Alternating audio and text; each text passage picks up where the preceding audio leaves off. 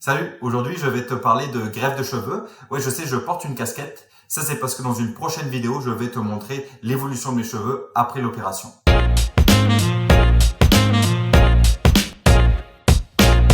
Alors d'abord, je vais t'expliquer pourquoi est-ce que j'ai décidé de faire ma greffe de cheveux. J'aimais ça, me faire des coupes de cheveux, mettre du gel dans mes cheveux. Et en fait, avec le temps, j'ai commencé à perdre des cheveux, j'ai commencé à manquer de matière et j'arrivais plus à me faire de coupe de cheveux. La seule chose que je faisais, c'était essayer de cacher en fait mon début de calvitie. Et vraiment, ça devenait un inconvénient. Et c'est pour ça que j'ai décidé de me faire une implantation de cheveux. Donc ici, je vais te rajouter une photo. Puis comme ça, tu vas pouvoir voir à quoi est-ce que ça ressemblait mes cheveux avant mon opération. Et tu vois donc ici, à l'avant, je commençais à vraiment perdre des cheveux. Donc quand tu décides de faire l'opération, tu commences à te poser des questions. Puis tu te demandes combien ça coûte. Comment est-ce qu'on fait la chirurgie?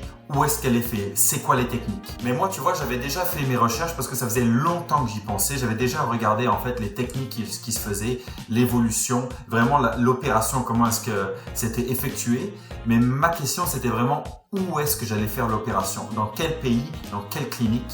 Et à quel prix? Car comme tu peux voir sur Internet, des pays qui font l'opération, il y en a beaucoup. Il y a beaucoup de cliniques, il y a beaucoup d'endroits qui peuvent faire ça, beaucoup de techniques différentes.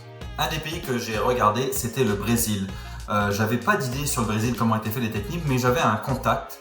Et donc, après plusieurs échanges, j'ai trouvé que la communication était difficile avec les Brésiliens, qui me revenaient pas vraiment rapidement. Donc, ça a manqué de me rassurer sur l'opération qu'ils auraient pu faire. Un autre pays que j'ai regardé, c'était l'Espagne.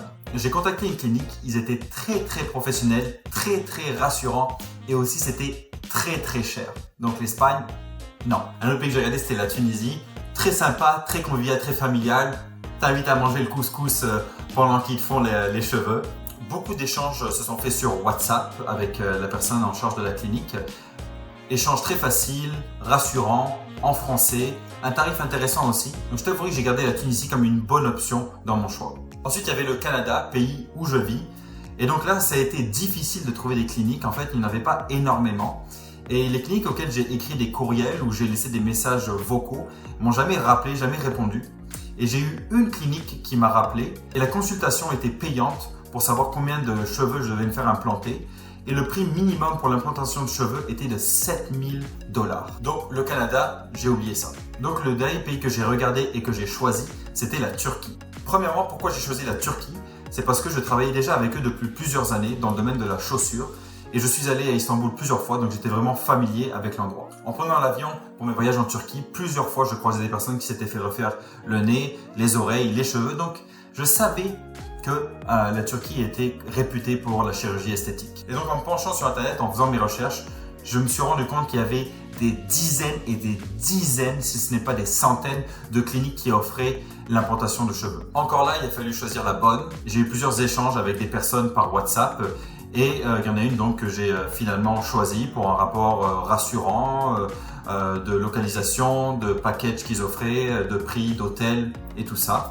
Et j'en étais vraiment content. Donc si comme moi, tu optes pour la Turquie, je vais te dire que l'expression travailler comme un Turc, ça sort pas de n'importe où. Je ne parle pas de la qualité de leur travail, mais je vais te parler en fait plutôt de la façon dont ils font leur business, la façon dont en fait ils communiquent, ils essaient de vendre leurs produits. Et c'est une technique vraiment forte à eux. Je te conseillerais, si tu rentres en contact avec la Turquie, d'être précis dans tes demandes et d'être patient. Et crois-moi, ça c'est la clé parce que j'ai travaillé avec eux pendant 5 ans. Maintenant, si tu veux le faire en Turquie, tu peux me contacter, me poser des questions sur mon Instagram que je vais te mettre ici et tu pourras venir me demander dans quelle clinique je l'ai fait, où est-ce que je l'ai fait, pourquoi je l'ai fait, à quel prix. Me poser des questions, ça me fera plaisir de te répondre. Mais ce que je vais plutôt te conseiller, c'est vraiment d'échanger avec différentes cliniques, de voir le feeling que tu vas avoir avec la personne, de trouver une personne qui parle peut-être dans ta langue, en français, en anglais, je sais pas.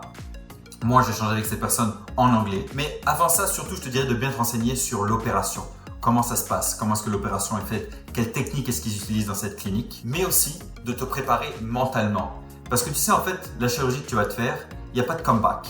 Oui, tu me diras, il y a le laser qui existe comme pour les tatouages, mais ce que je veux dire par là, c'est qu'une fois que l'opération est faite, une fois qu'on t'a implanté tes cheveux, ça y est, ils sont là, ils vont tenir. Donc choisis bien avec qui tu vas le faire, quand tu vas le faire, où tu vas le faire, et surtout si tu es prêt à le faire. Dans une autre de mes vidéos, je vais te présenter en fait mon opération en Turquie avec des vidéos, des photos pendant l'opération. Oui, je me suis filmé pendant l'opération.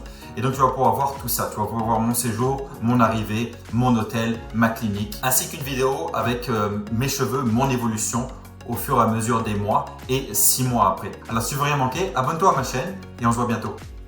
Ciao, bye.